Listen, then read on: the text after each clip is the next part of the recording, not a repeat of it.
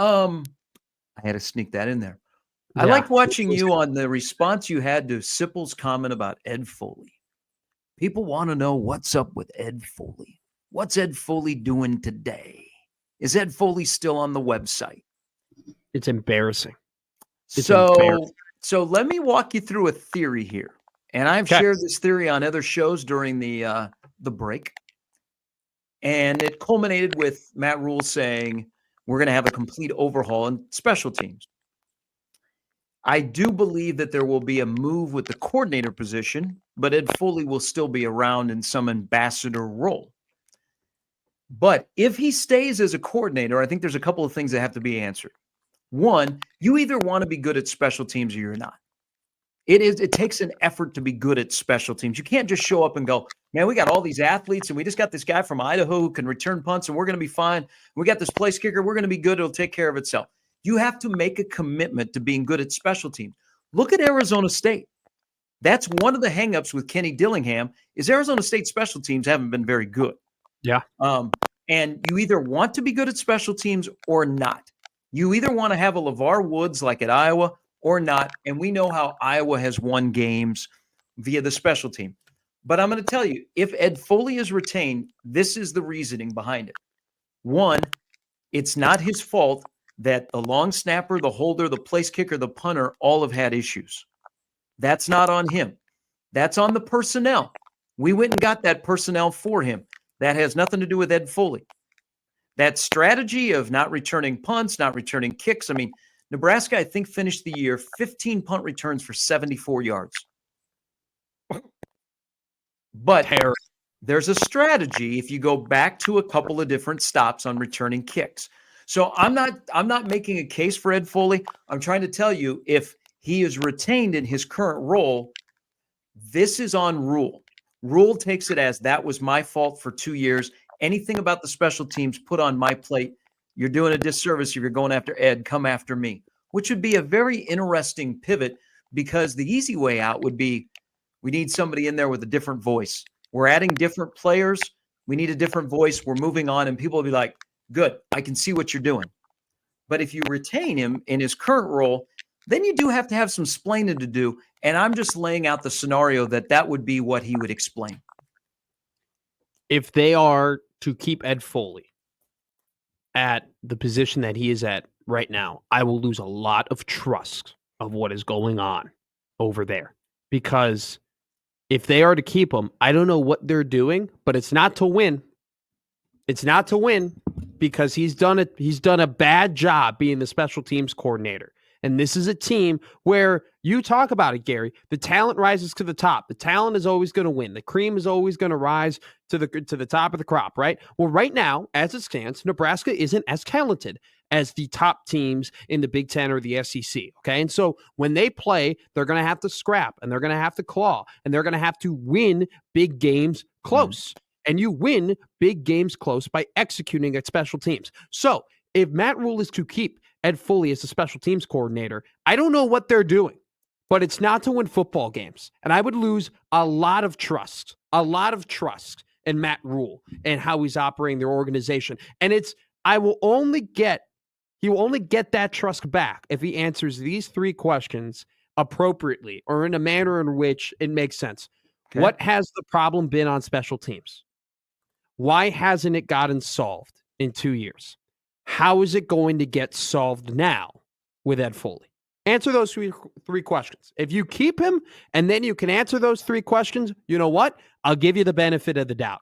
But if you can't, I don't know what they're doing because it's not to win football games, because they nearly lost a football game they were dominating in because of the lack of preparation and lack of execution on special teams, which has not been a novelty. They lost the Illinois game because of the lack of execution and preparation on special teams. Last year against Colorado, they played terrible special teams, and it was part of the reason they pulled away in the manner in which they did, the Colorado did. Okay, they are not a threat in any aspect of special teams, and it's been that way for 2 years. And to keep the guy who's overseen that after an abomination of a bowl game is a joke. I don't know that he could answer. I agree with those three questions are important. I don't know that he could answer the last one. That would have to be a wait and see. But I'm not advocating. I'm just trying to walk you through a scenario where, hey, don't put it on him. That's on me. Which is a brave thing to do, an interesting thing. But it's BS. It'd be BS. It'd be terrible. It's not on him. And it would send a bad message because I mean, how many times do you get a chance to have a punt, a fake punt, and a fake field goal all in the same drive? I mean, that's pretty impressive. That's fun. That looks like it's like your last game, and you're like, you know what, whatever. But was that an Ed Foley call or a Matt Rhule call? And I'm laying out the groundwork here. Is during the week, that stuff that you guys were seeing on Saturday, we didn't see in practice. Because I'm telling you, if we saw it in practice, we'd be moving some guys around and we'd be moving chairs. But it's January 2nd. And guys are getting back into the office and they have portal visits this weekend. So there may be some stuff come up because also you have to make a determination on Satterfield's contract because you're not paying the tight end coach $1.2 million. So I think it's 1.6. Isn't he 1.6? He's over $1 million. Whatever. He will not be paid that as strictly as a tight end coach. And he will be nowhere near the play calling. No, hell no. If you're keeping Ed Foley, my question to you is, are you running a serious football program or are you running a mom and pop shop? Because that's mom and pop. Fair question. I mean, it's an absolutely fair question. It's mom and pop. It's well, he's my friend and I love him and he's great and he's smart and he's been around for me for a lot of my career and I trust him. So despite the fact that he's managed one of the worst special teams units in the country, we're still going to keep him around with a team that's going to need to win close games. Look, you run your program the way you want to run your program. Just don't get mad at me when you get hammered and when you lose close games because you continue to keep your friend around who isn't doing his job properly. I have zero problem with Ed Foley. I've had very brief conversations with Ed Foley. I know people who have had longer conversations with Ed Foley. He's a good guy. People like him. I think it's a value to have him in and around the program. I really do. Just not as a special teams coordinator. He's had his shot. He had his swing. He's missed wildly multiple times. It's time for something else. What if Matt Rhule took over special teams? It's not a foreign concept. A lot of head coaches have taken over special teams. I mean, it's not an easy job because you got players from both sides of the ball. Some of them don't want to be there. Some of them realize that's their path to getting on the field. So you have to mix everything that's going on to put together a unit. That's why NFL coaches sometimes will come from the special teams rank. John Harbaugh, for example, because that's not an easy job to do to be successful as a special teams coach. But I'm saying, what if the head coach oversaw special teams? It's happened in Nebraska before. It's happened at other places because that shows me. So I look at this as there's a couple of things about a football program that I can tell if they're organized and buttoned up and what they take as priority. Special teams is one of those because special teams isn't easy. But special teams can win you football games. Then, how do your cornerbacks tackle and how do your wide receivers block? That tells me a lot about your culture. Yeah. So, do you want to be good at special teams or not? And if the head coach is overseeing it, doesn't that send a message?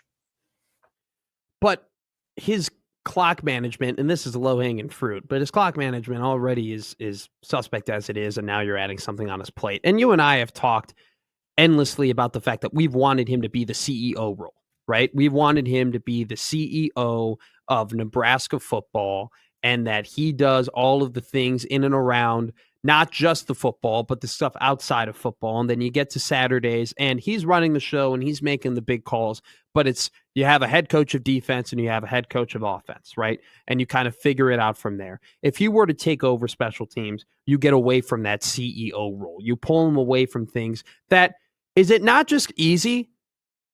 And maybe I'm wrong here, but like for the most part, Gare, you can buy an OC. You can buy a DC for the most part. There's give and take here. Like there's some OCs and DCs who are really tied to a program and they don't want to go anywhere. But for the most part, you can go out and you can buy a coordinator and be like, hey, come and coach for us, right? Can you not do that with special teams? Could he not just take a look around the landscape of college football and say, hey, there's a guy who's really good at being a special teams coordinator. Hey, dude, we're going to give you more money to do it for us. And that's going to be the official way we're going to do it. Hey, we have this really good snapper and this really good punter, and we have 2 place kickers that you can kind of figure it out. Just come on in and fix it. What's so wrong with that? Is that too easy? That guy's in Iowa City. His name's LeVar Woods, and they spent money to get a guy who I'm sure a lot of people have kicked the tires on, but might be the heir apparent to Kirk Ferentz if it's not Bielema or Chris Kleiman. Sure.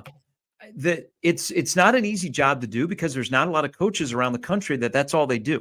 Like a lot of coaches look at it as a springboard to position coach and moving on. They don't embrace the full special team. But I tell you what, in the NFL, would you know Dave Toub's name unless Kansas City was good at special teams and that's all he does?